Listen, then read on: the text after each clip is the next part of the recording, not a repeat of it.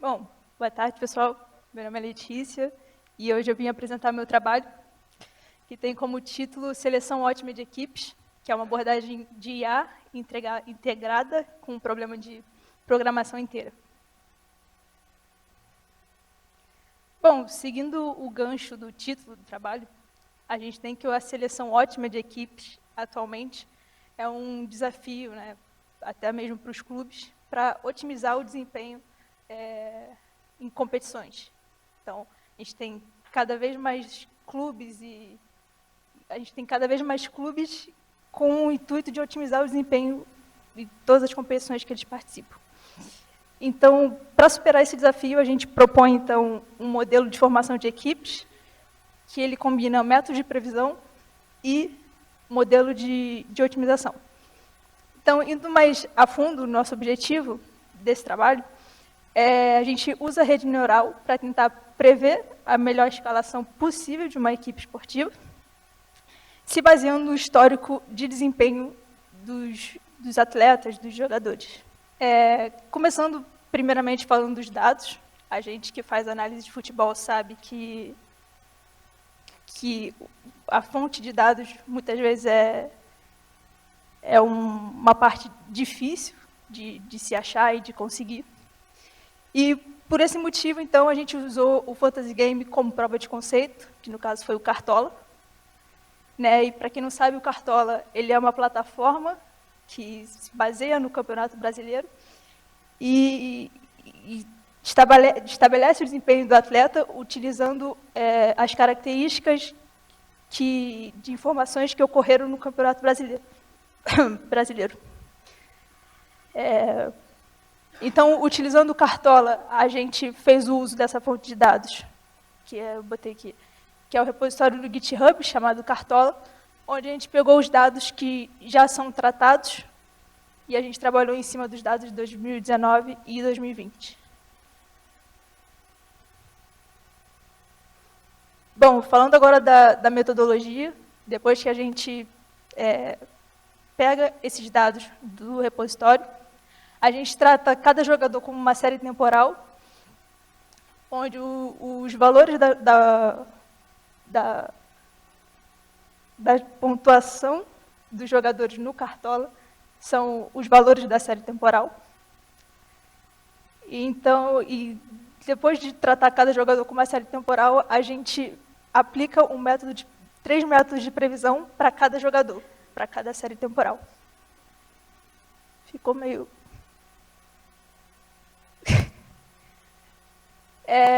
Depois, então, que a gente prevê os valores, as pontuações futuras dos jogadores, então, esses resultados eles passam pelo modelo de otimização, e isso vai para todas as rodadas do ano, do campeonato. Então, eu coloquei aqui um fluxograma, os dados eles passam por previsão, depois eles passam para o modelo de otimização, e esse ciclo se mantém até o fim das rodadas de 2020. Bom, vou falar agora melhor do fluxograma de previsão. Como eu falei, né, a gente tem os tratamentos dos dados, que já vem pelo repositório que a gente usa no GitHub. Esses dados, então, eles passam por três métodos de previsão, que a gente já definiu e resolveu trabalhar com esses três métodos de previsão. Desses métodos, a gente tem os resultados, né, que são as pontuações previstas dos jogadores. Essas pontuações previstas, a gente faz uma avaliação com erros médios, e o AIC, que serve para medir a qualidade do método, né, de previsão. E depois disso, a gente tem a aplicação.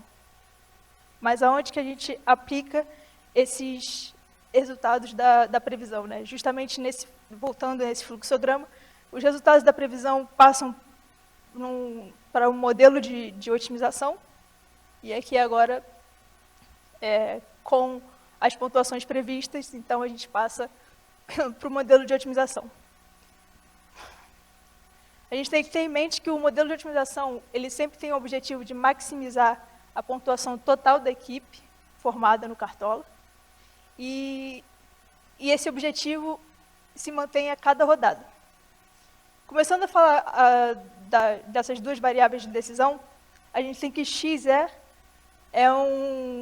é sobre o esquema tático. Então, x assume o valor 1 se o esquema tático ele é o escolhido, dentre os esquemas táticos que você tem disponível no Cartola. E outra variável de decisão é a variável y e j, que ela tenha valor 1 caso o jogador j seja escolhido para a posição i. E aqui a gente tem os conjuntos J, P e E, onde J é o conjunto dos jogadores disponíveis no Cartola, P é o conjunto das posições, todas as posições disponíveis no Cartola, e E é o conjunto dos esquemas táticos disponíveis. Falando agora das restrições 4 e 5, a gente tem que o somatório a restrição 4, ela diz que só pode ter um jogador por posição, seguindo as regras do Cartola também, e que você só pode escolher um esquema tático. A restrição 3, ela fala que caso você escolha um esquema tático, por exemplo, 4-3-3, você não pode ter 2 atacantes, por exemplo.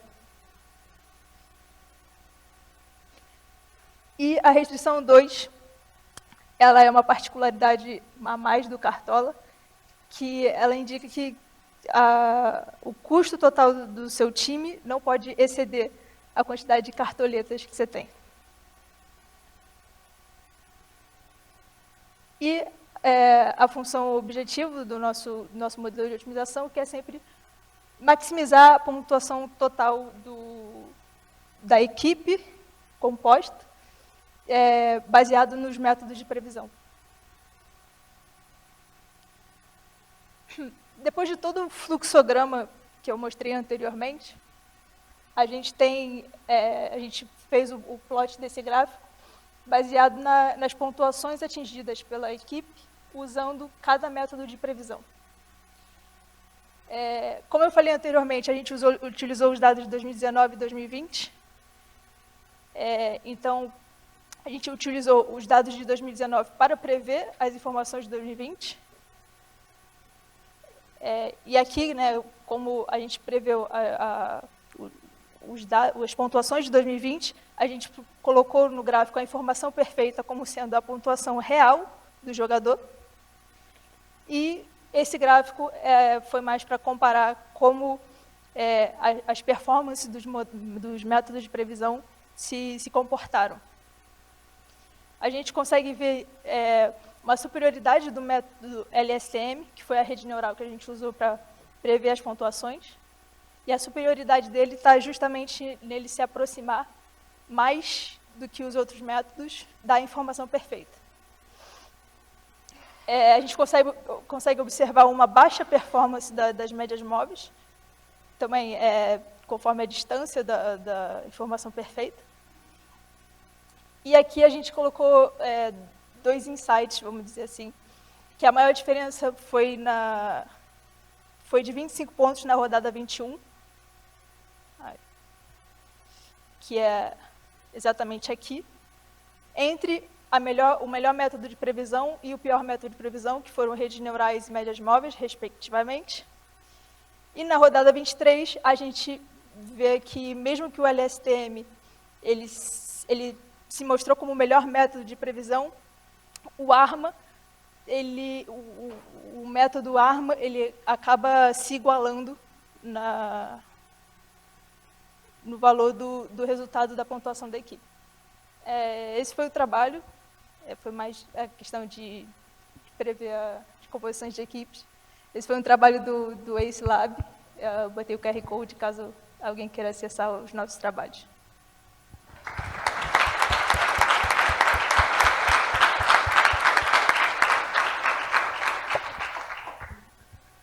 Começando com a rodada de perguntas aqui, a informação perfeita é o melhor time feito na rodada com o orçamento atual?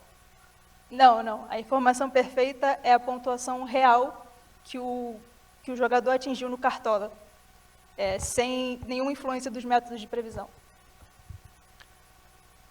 A outra pergunta, como alterar o modelo para obter o maior patrimônio ao invés da maior pontuação?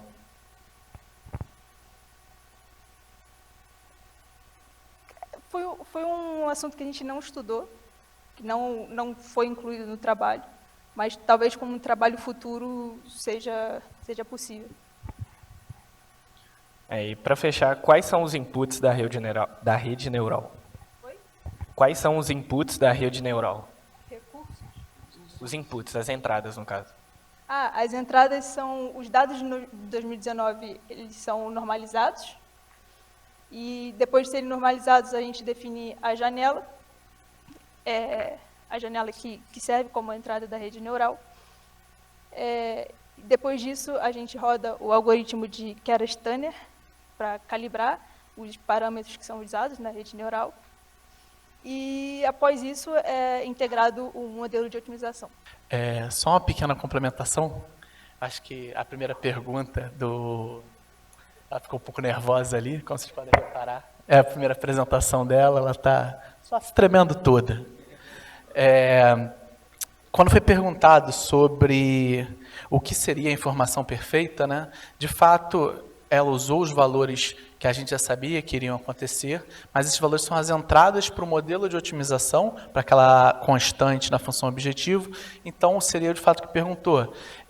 O resultado com a informação perfeita é o resultado do modelo de otimização usando os dados sem a etapa de previsão, ou seja, usando já os dados referentes aos valores que de fato irão acontecer.